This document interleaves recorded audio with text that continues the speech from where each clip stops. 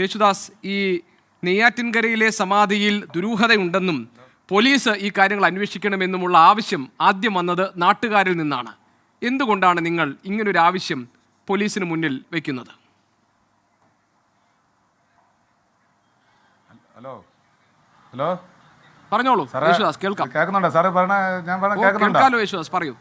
ഇത് 10-ാം തീയതി എന്ന് പറഞ്ഞാൽ 10-ാം തീയതി രാവിലെ വെള്ളിയാഴ്ച കൃത്യം 6:30 മണിക്ക് ഞാൻ റോഡിലോട്ട് വന്നിട്ട് തിരിച്ച് വന്നൊരു ചായയും കുടിച്ചിട്ട് വീട്ടിലോട്ട് പോയപ്പോഴാണ് അവിടെ ഒരു ഫ്ലെക്സ് ബോർഡ് കണ്ടത്. ഗോവൻ സ്വാമി സമാധിയായി എന്നും പറഞ്ഞുകൊണ്ട് 35 വർഷം പരിചയമുള്ള ഞാനാണ്. ഗോവൻ സ്വാമി ഞാനോട് പരിചയക്കാരനാണ്. എൻ്റെ വീടിൻ്റെ അയൽവക്കത്താണ് ഇപ്പോൾ ഈ ക്ഷേത്രം പണി വെച്ചിരിക്കുന്നത്.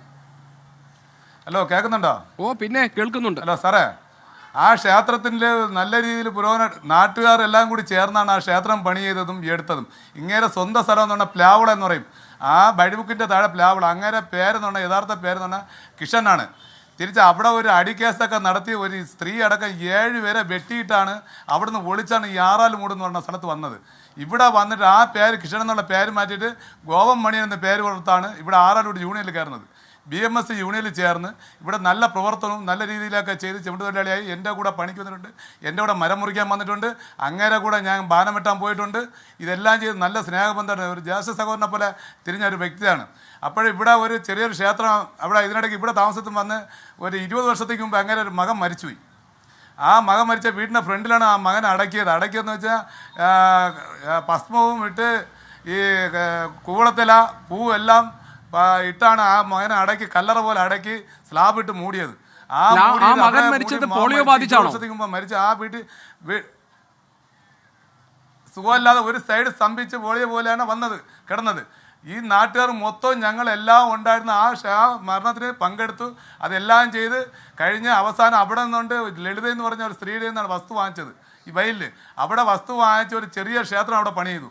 ആ ക്ഷേത്രം പണി ചെയ്തിട്ട് വീടിൻ്റെ അടുത്തൊരു ക്ഷേത്രം പണി ചെയ്ത് അവിടെ സ്വാമിയായിട്ട് ഗോവൻ സ്വാമി എന്ന് ഒരുമാതിരിപ്പെട്ട ആൾക്കാർ വിളിക്കാൻ അങ്ങ് തുടങ്ങി. അത് കഴിഞ്ഞ് അവിടെ നിന്നിട്ട് ഇവർ തമിഴ്നാട് കന്യാകുമാരി ഡിസ്ട്രിക്റ്റിൽ ഇങ്ങനെ ഒരു ആശ്രമം പോലെ അവിടെ പണി ചെയ്ത് ഒറ്റ മുറിയിൽ ഓടിട്ടൊരു കെട്ടിടമാണ് മലയുടെ മുകളിൽ. അത് ആ കെട്ടിടത്ത് അവിടെ ഇരുന്ന് അവിടെ മുത്തുമണി സ്വാമി എന്ന് പറഞ്ഞ ഒരാളിന് വിറ്റിട്ട് വന്നാണ് ആ പൈസയും കൊണ്ടുവന്ന് നാട്ടുകാരുടെ പൈസ, എൻ്റെ പൈസ അതില്ലാതെ കൊണ്ട് നാട്ടുകാരുടെ പിരിച്ചു പറിക്കാണ് അവിടെ ഒരു ക്ഷേത്രം പണിയത്. ശിവക്ഷേത്രം, ശ്രീ കൈലാസനാഥൻ എന്ന് പറഞ്ഞ ഒരു ക്ഷേത്രം പണിയത്. 2016 പ്രതിഷ്ഠ വച്ച് 1.5 വർഷം കൊണ്ട് ആ നാട്ടുകാർ അവിടെ പ്രവർത്തനമായി നല്ല രീതിയിൽ പുരോഗമനമായി വന്ന് വരുന്നപ്പോൾ ആ ക്ഷേത്രം പണിയുന്നപ്പോൾ മുകളിൽ നിന്ന് ചാനലിൻ്റെ സൈഡിൽ നിന്ന് ക്ഷേത്രത്തിൽ വരാൻ വഴിയില്ലായിരുന്നു. അവിടെ ഒരു പോലീസുകാരൻ ബാബു എന്ന് പറഞ്ഞതും അല്ലാതെ ഒരു മുസ്ലിം വഴിമുക്കിലുള്ള ഒരു മുസ്ലിമാണ്, അല്ലാതെ ഒരു ഫോറസ്റ്റിൽ ജോലിയുള്ള ബാലചന്ദ്രൻ, ഇവരെല്ലാം സ്ഥലം കൊടുത്ത് മുൻ ചെയർമാൻ SS ജയകുമാർ എന്ന് പറഞ്ഞാൽ ഇവരെല്ലാവരും കൂടി സ്ഥലം കൊടുത്താണ് അവിടെ ക്ഷേത്രത്തിൽ റോഡാക്കി എല്ലാം പുരോഗമനമായി എല്ലാം വന്ന സമയത്തിന് ഇങ്ങനെ ഗോവൻ സ്വാമി എന്ന് പറഞ്ഞ ആളും കൂടി പിന്നെ ആരെയും അവിടെ ക്ഷേത്രത്തിൽ കയറ്റില്ല, എടുക്കില്ല. അവരെ സ്വന്തം ക്ഷേത്രമാണെന്ന് പറഞ്ഞ് ആർക്കും അത് തടസ്സമില്ല. ആ ക്ഷേത്രത്തിന് ചുറ്റടുത്ത് 1 കിലോമീറ്റർ 4 ക്ഷേത്രമുണ്ട്. ആ ക്ഷേത്രത്തിൽ തൊട്ടടുത്താണെങ്കിൽ ഒരു 400, ഈ ക്ഷേത്രത്തിൻ്റെ അടുത്ത് 400 മീറ്റർ ആകുമ്പോൾ ചെറിയകുളം ക്ഷേത്രം. യേശുദാസ്, ഈ പറഞ്ഞ ക്ഷേത്രത്തില് രാത്രിയാണ് വിളക്ക് കത്തിക്കുന്നതെന്നും അവിടേക്ക് ആരെയും കയറ്റില്ല, അവിടെ എന്തൊക്കെയോ കർമ്മങ്ങൾ നടക്കുന്നുണ്ട്, ഇങ്ങനെയൊക്കെ നാട്ടുകാരിൽ പലരും പറയുന്നതായി അറിഞ്ഞല്ലോ. അങ്ങനെ താങ്കളും സംശയിക്കുന്നുണ്ടോ? ഉണ്ട്, സംശയിക്കുന്നുണ്ട്. രാത്രി 12:30 ശേഷമാണ് ആ ക്ഷേത്രത്തിൽ വിളക്ക് കത്തിക്കുന്നത്. 1:30 മണിക്കേക്കും വരെ അവിടെ പൂജ അവർ സ്വന്തമായിട്ട്, വേറെ ആരുമില്ല. അത് കഴിഞ്ഞിട്ട് രാത്രി ഇടയ്ക്കായിട്ടും ശിവൻ്റെ ഭക്തിഗാനം ഇട്ട നാട്ടുകാർക്ക് മൊത്തം ബുദ്ധിമുട്ടായി. നേരിട്ട് സ്റ്റേഷനിൽ പരാതി കൊടുത്ത് അവിടുന്ന് പോലീസുകാർ വന്നാണ് ഈ പാട്ട് നിർത്തിച്ചത്. പിന്നെ ഇപ്പോഴത്തെ സംശയം എന്ന് വെച്ച് കഴിഞ്ഞാൽ 100% സംശയം എന്ന് പറഞ്ഞാൽ ഈ സുഖമില്ലാതെ 1 വർഷം കൊണ്ട് കിടക്കുകയാണ്. മൂത്രം ഒഴിച്ച് മലവും എടുത്തുകൊണ്ട് കിടക്കണതാണ്. ഈ സ്വാമി എന്ന് പറഞ്ഞ ഗോവൻ മണിയൻ ചേട്ടന് എഴിച്ച് നടക്കാൻ പറ്റാത്ത ഒരു വ്യക്തി എങ്ങനെ അമ്പലത്തിൽ നിന്ന് 2 കരിക്ക് ജപിച്ച് കുടിച്ചു? അത് കഴിഞ്ഞിട്ട് എങ്ങനെ കഞ്ഞി കുടിച്ചു?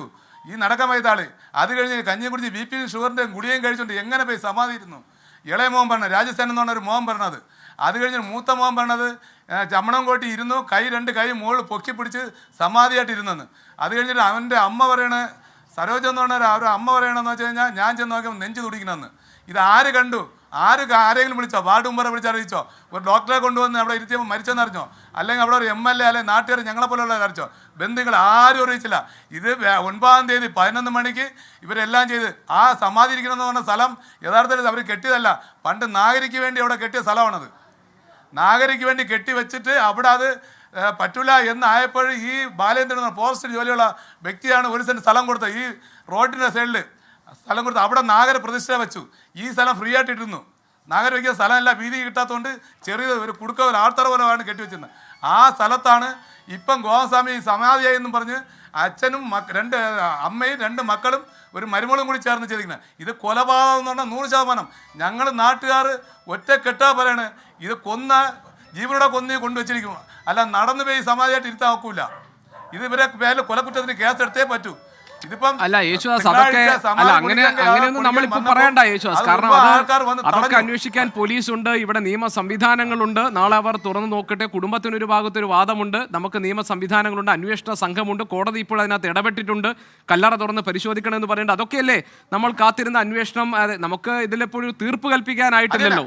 അപ്പൊ നിങ്ങൾക്ക് കുറെ അനുഭവങ്ങളൊക്കെ ഉണ്ടായിട്ടുണ്ടാകും. പക്ഷേ അല്ല ഞാൻ പറഞ്ഞത് നമ്മൾ ഈ ഒരു മാധ്യമത്തിൽ നിന്നുകൊണ്ട് ഇത് പറയുമ്പോൾ നമ്മൾ ഒരു മിനിറ്റ് ഞാൻ പറഞ്ഞേക്കാം സാറേ. ഈ ഒരു മിനിറ്റ് നിങ്ങളെ ഇത് ഒരു സുഖമില്ലാതെ കിടന്ന ആള് സമാധിയാക്കി നടന്നു വരുന്നത് പറഞ്ഞത് 100% കള്ളമല്ലേ, പച്ച കള്ളമല്ലേ പറഞ്ഞത്. അത് പച്ച കള്ളം ആരെങ്കിലും വിശ്വസിക്കോ? ഈ ചോറ് വെച്ച് അന്നം കഴിക്കുന്ന ആരെങ്കിലും വിശ്വസിക്കോ? ഈ സുഖമല്ല 1 വർഷം കൊണ്ട് കിടന്ന മനുഷ്യനല്ലേ, നടക്കാൻ പറ്റാത്ത മൂത്രവും മലം വരെ കട്ടിലെടുത്ത് ഭാര്യയും മക്കളും എടുക്കുന്ന ആളല്ലേ. ആ ആള് ചെന്ന് സമാധിരുന്നെന്ന് പറഞ്ഞാൽ ഒരു 25 മീറ്റർ നടന്നു പോകുന്ന ആരാണ് വിശ്വസിക്കും? ലോകത്ത് ആരെങ്കിലും ഒരു ജനങ്ങൾ ഒരു പച്ച ഇന്ന് നടക്കുന്ന ഒരു കുഞ്ഞുപോലും വിശ്വസിക്കില്ലല്ലോ. ഈ പ്രദേശവാസി പറഞ്ഞതിൽ നിന്ന് താങ്കൾക്ക് എന്തെങ്കിലും സംശയങ്ങളുണ്ടോ? അല്ല, നമുക്ക് സംശയങ്ങളുണ്ട്. ഇപ്പോൾ പ്രദേശവാസികൾക്കായിരിക്കുമല്ലോ കൂടുതൽ അറിയുക. ഞാൻ പറഞ്ഞ മാതിരി തന്നെ എനിക്ക് തോന്നുന്നത് അവർ നേരത്തെ ഒരു അമ്പലം ഉണ്ടാക്കി, അത് അത്ര പോപ്പുലർ ആയിരുന്നില്ല. എന്തുകൊണ്ട് പോപ്പുലർ ആയിരുന്നില്ല അറിയില്ല. അപ്പോൾ കുറച്ചുകൂടി പോപ്പുലർ ആയിട്ടുള്ള കൂടുതൽ പൈസ കിട്ടാവുന്ന ഒരു ആത്മീയ വ്യാപാരം തുടങ്ങാൻ വേണ്ടിയിട്ടായിരിക്കണം ഇത് ചെയ്തത്. അത് അച്ഛന് ചിലപ്പോൾ അറിഞ്ഞിട്ടുണ്ടാവില്ല. മകൻ, എനിക്ക് തോന്നുന്നു 2ാമത്തെ മകൻ മാത്രമായിരിക്കും അത് പ്ലാൻ ചെയ്ത്, അറിയില്ല. അപ്പോൾ അവർ ഒരു പക്ഷേ ഏതായാലും മരിക്കാൻ പോകുന്ന ആളെ എന്നാലും നമുക്കൊന്ന് ശരിയാക്കി കൊടുക്കാം എന്നുള്ള രീതിയിലായിരിക്കാം ചെയ്തത്. അപ്പോൾ എന്തായാലും നമുക്ക് പോസ്റ്റ്മോർട്ടം ചെയ്യാതെ രക്ഷയില്ലാതെ തന്നെ ഉറപ്പാണ്. നമുക്ക് എങ്ങനെ ഇത് മരിച്ചോ എന്ന് നമുക്ക് അറിയണം. ഈ നേരത്തെ നമ്മുടെ വക്കീല് ഒരു പഴയ പഞ്ചാബ് ഹൈക്കോടതിയുടെ ഒരു കേസ് പറയുന്നുണ്ടായിരുന്നു. അതിൽ അശുതോഷ് മഹാരാജ്, അതിൽ മെഡിക്കൽ ബോർഡ് ഡെത്ത് സർട്ടിഫൈ ചെയ്ത കേസാണ്. അതിൻ്റെ കേസ് എന്താണെന്ന് പറഞ്ഞാൽ ആ മറവ് ചെയ്യണോ വേണ്ടേ എന്നുള്ളതായിരുന്നു ചോദ്യം. അപ്പം മറവ് ചെയ്യേണ്ട, ഫ്രീസറിൽ വെച്ചാൽ കുഴപ്പമില്ല, ഭക്തന്മാർ പൂജിക്കട്ടെ എന്നുള്ളൊരു ഒരു വിധിയാണ് ഹൈക്കോടതി വന്നത്. വളരെ തന്ത്രപൂർവ്വം ആ ഭാഗം അങ്ങ് അദ്ദേഹം മുക്കി. ആ ഭാഗം അദ്ദേഹം മുക്കിയിട്ടാണ് നമ്മുടെ മുന്നിൽ അവതരിപ്പിച്ചത്. മെഡിക്കൽ ബോർഡ് ഡിക്ലെയർ ചെയ്ത ഒരു ഡെത്താണ്. അതായത് ഡിക്ലെയർഡ് ഡെഡ് അതിനുശേഷമാണ് സർട്ടിഫൈ ചെയ്തത്. ശരി, അവിടെ ആണെങ്കിൽ ഹൈക്കോടതി ചോദിച്ച ചോദ്യം വളരെ ഇതാണല്ലോ, എവിടെയാണ് ഡെത്ത് സർട്ടിഫിക്കറ്റ് ചോദിച്ചത്. അതിന് ആ കേസിൽ ഒരു ഉത്തരമുണ്ട്.